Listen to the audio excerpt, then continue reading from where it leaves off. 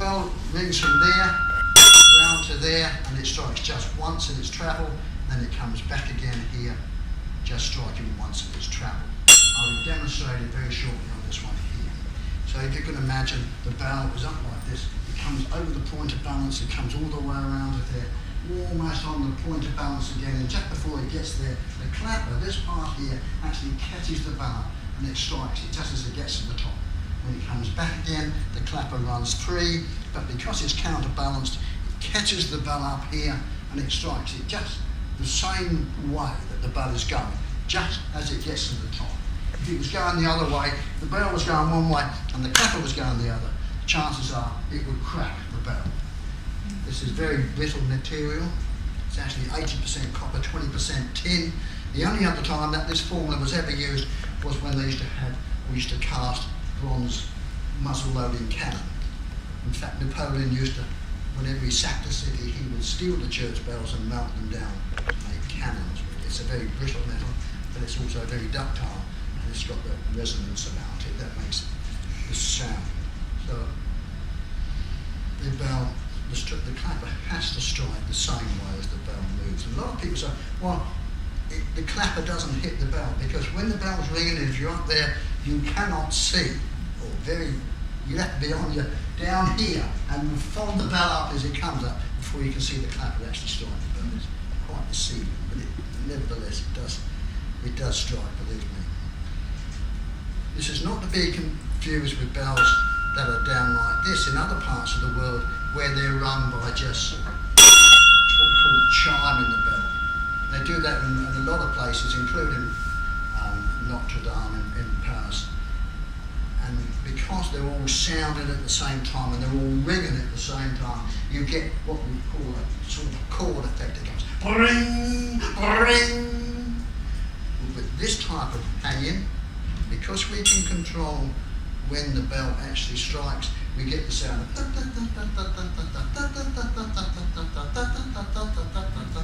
and the bell ringer can control the gap in between each bell. So this is what we call the English art of ringing. It's called campanology, the science of taking numbers and changing them. Change ringing, to ring the changes, to take numbers and permutate them. Not tunes as such, but what we call methods. It's an English thing, it goes back 600 years or more. And you'll only see them hung and rung like this in England or in places where the Englishman has gone. Australia, South Africa, New Zealand, and so on and so forth. In England, of course, bells are very much a pattern of life, very much accepted in England because they grow up with them, you hear them most of the time, and there's not such a problem. But in countries like this, where it's a new country with lots of housing around, we are controlled by the Noise Abatement Society, so therefore you really can't get the good benefit of these bells, particularly in Perth here, where we like to hear them being rung all over the city, but we're restricted in how much sound we can put out. It seems rather strange. You can have pub bands and the noise coming from pubs, and that's quite permissible, but when it comes to church bells, and I think they've got a lovely sound to them, you're restricted. One of the things about this tower here is it's the only place that I know of in the world where you can actually see the bells being rung. In normal church bell ringing, they've got the tower, and they've got the louvers in the tower, and the bells are just behind the louvers, and the sound goes out through the louvers over the village, and everyone gets to hear them. But here, because they're meant to be seen rather than heard, the sound has got to go up before the sound can get out, and therefore half the sound is lost before it gets out. But that's the way they want it, that's the way it is. Now, I'm going to ring this one here. This is our heaviest bell. It weighs 1.5 tonne, 1,480 kilograms, and the only time it feels that heavy is just putting it over that point of balance here. I said earlier that you only need to touch the rope and the bell will come off the balance. That does apply to most of the bells, but these back ones are quite heavy and they're rested. And so 1.5 tonne resting on there is quite heavy to pull off. But once it pulls off, then the bell virtually rings itself, and nothing in the world can stop it anyway.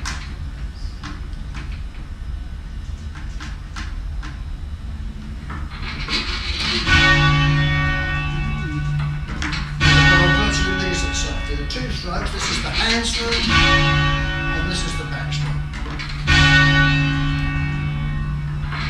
When I want to stop it, I feel it on the balance, there, and I just rest it onto what we call the stay. Now I'll just quickly run through the stay here. That's rather an interesting point. So this bell here now is in this position here, and it's resting on the stay. This is a stay. It's made of wood and is designed to break if necessary. One of the things that happens in some cases, not in every case, but in quite a number of cases, is that when you're teaching someone to ring a bell, and you have to be taught to do what I was doing there. Now you might think that looks easy, and you can perhaps think, well, I could do that. I can assure you, you couldn't do that. The letting go and the catching is absolutely crucial. If you didn't do it the right way, well, you could come to a very sticky end. So you have to be taught to ring a bell. That's the first thing, before you can do anything else, you've got to teach the person to just ring the bell like I was doing there. What happens is you say to them, look, you don't need to pull the bell too much because it virtually rings itself. Okay? You get on the end of the rope, they pull the bell, they pull it, because they pull it so hard, it's gone all the way around to there, gets to that point there where they should feel it on the balance before they bring it back down again, but because they pulled it too hard, it's hit this stay with such a wallop that it's broken, and of course the bell then goes careering on, and the rope winds itself around the wheel, and it goes straight through that hole in the ceiling. Now here's a stay that has been broke just this week. This is, believe it or not, I've never seen one break this size. We must have had a real dinger on this one.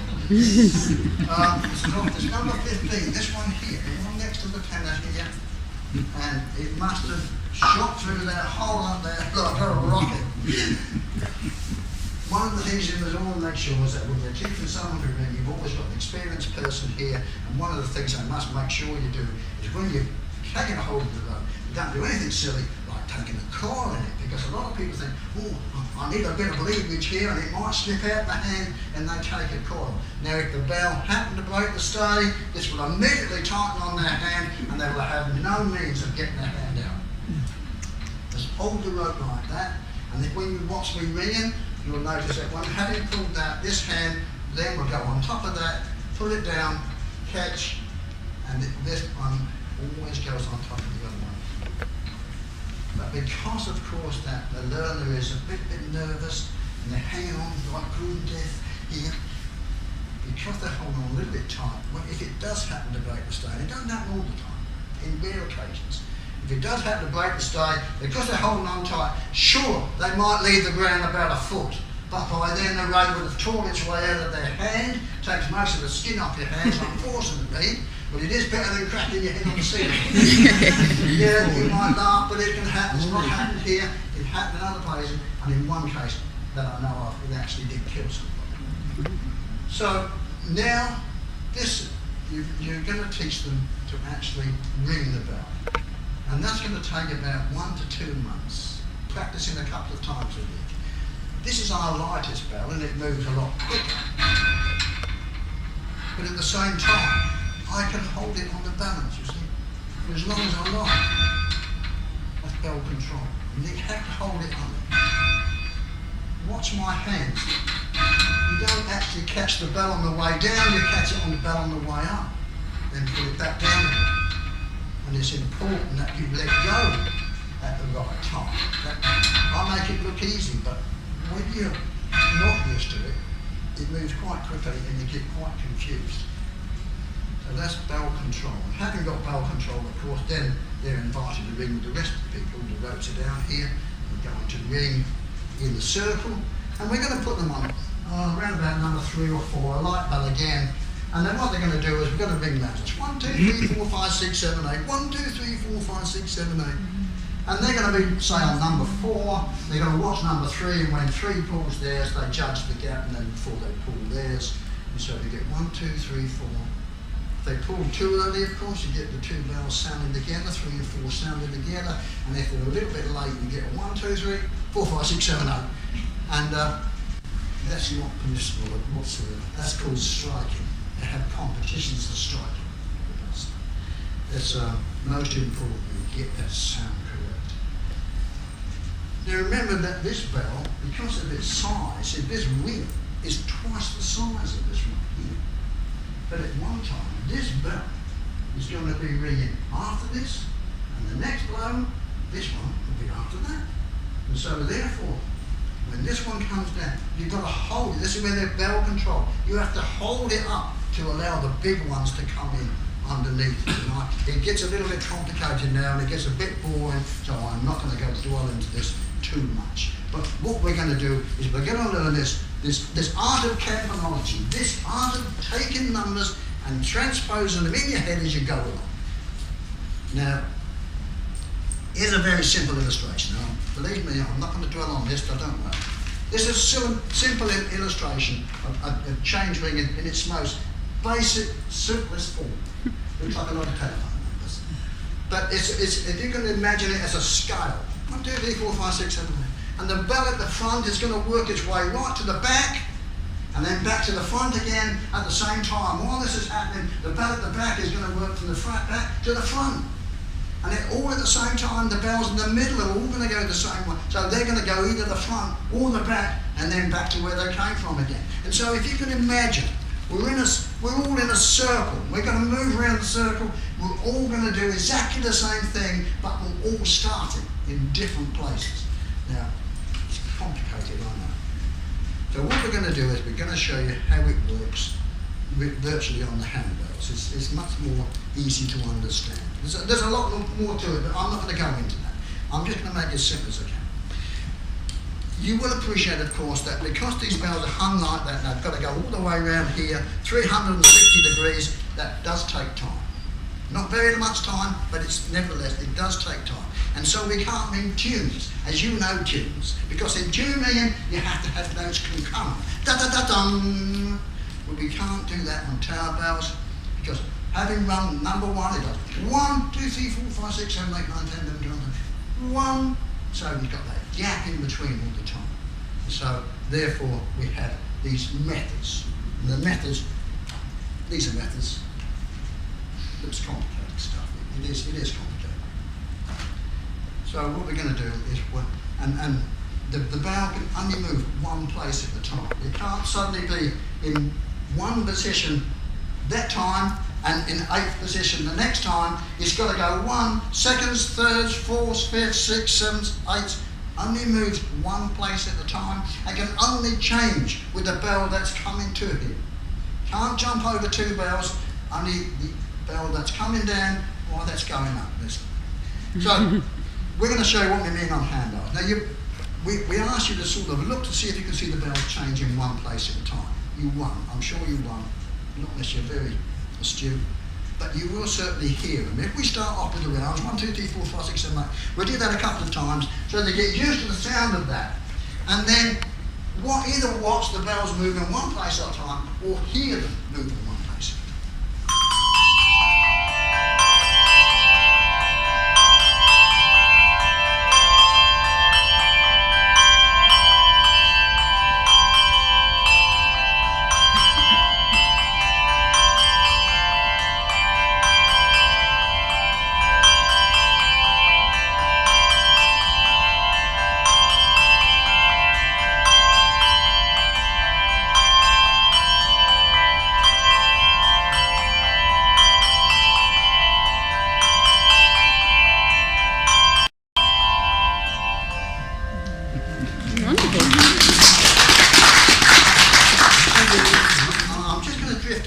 Just for a minute. Now, if you're waiting outside, then you're looking in that glass cabinet, you see those old handbells, which are actually old handbells out there. And you'll see this picture of these chaps, and they're all in the straight line, and they're all ringing what we call off the table ringing, where the bells are laid out on the table like this, and what they do, one person's in charge of about 3 bells, he picks a bell up, and he rings it, and then he picks it down, and he goes through the tune by picking up these bells like this, picking them down, called off the table ringing. But because there's only 2 of us, we have to do 2 in each hand. So we've got 4 in hand. We have another pair here, which we can quickly pick down and pick up, and therefore we can cover 1.5 octaves if we need to.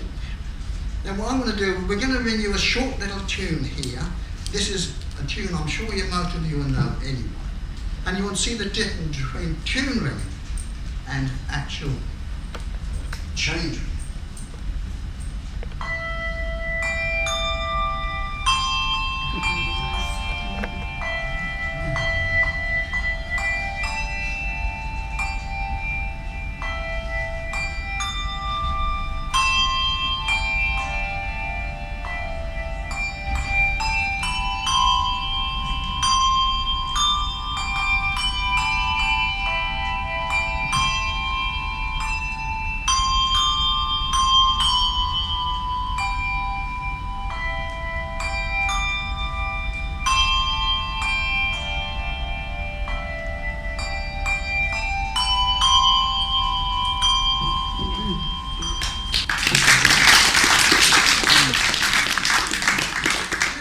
If you know anything about music, and I'm sure most of you do, you have a soft pedal on the piano where you have to cut a note short.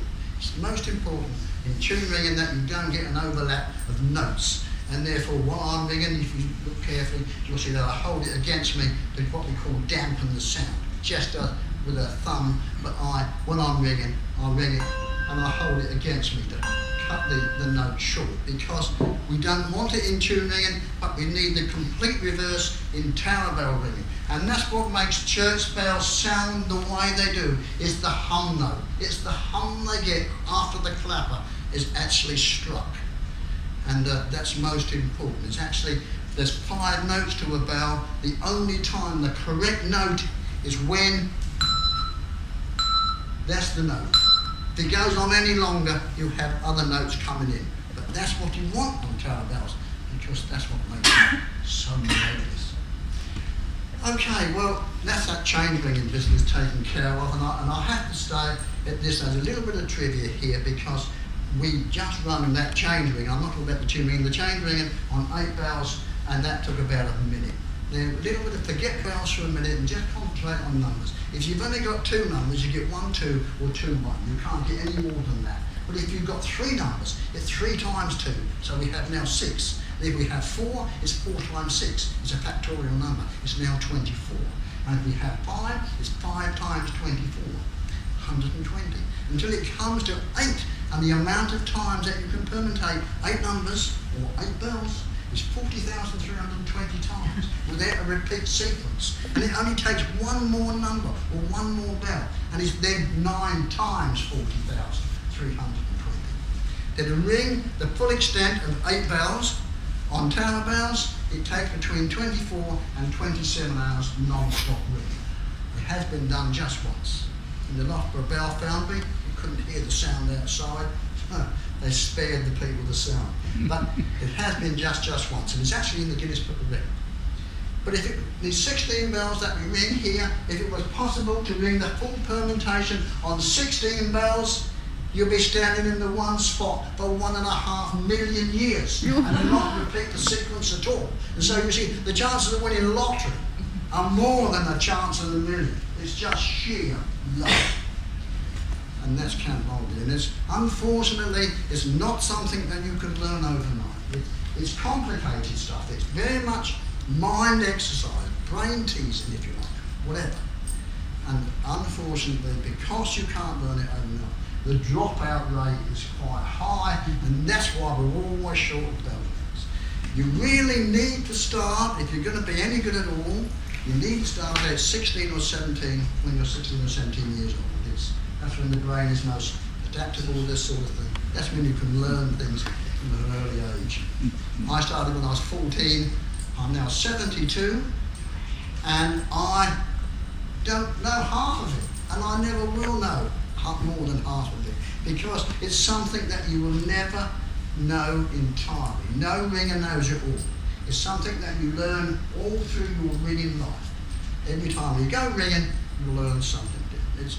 It's mind-boggling, and therefore the dropout rate is very high. For every 10 people that we try to teach, at the end of 6 months, we'd be very lucky if we had 2 left. Very lucky indeed. When we first started putting these bells in just over a year ago, everyone saw them on TV, wanted to be a bell ringer. They came down on a Sunday morning. We still teach on a Sunday morning. 30 and 40 of them, we have 2 left. I've been teaching people all my life. I've seen them come and I've seen them go. It's not for everyone. But it's a fantastic science. We make it into a hobby, and it's very much a sort of a team thing, because you make friendships that last you all your life. Not only with the people in your own tower, but people that come from other towers to ring to your tower, or you go and spend a holiday and you go ringing in England or something like that, and look after you, put you up, arrange a ringing. It's very much a friendship thing. And it gets more complicated, so I'm not going to say anymore. I'm going to drop it at that. Don't be frightened. It's not embarrassing. It's not hard. It's not dangerous. It's good for the abs. As I say, Ladies, it's good for the abs. Yeah, you come on mine because it's a little bit different. You go on Jessica there, because there is a little bit of difference in the weight, not a lot, but it makes it a little bit easier for the lady. 2 hands together, and they're just going to get the car moving to start with. He's going to swing in, and then we're going to catch it. No, straight, hands straight, all right. Don't take your hands off. Put it down. Put it down. I'm only doing it because I can't get where you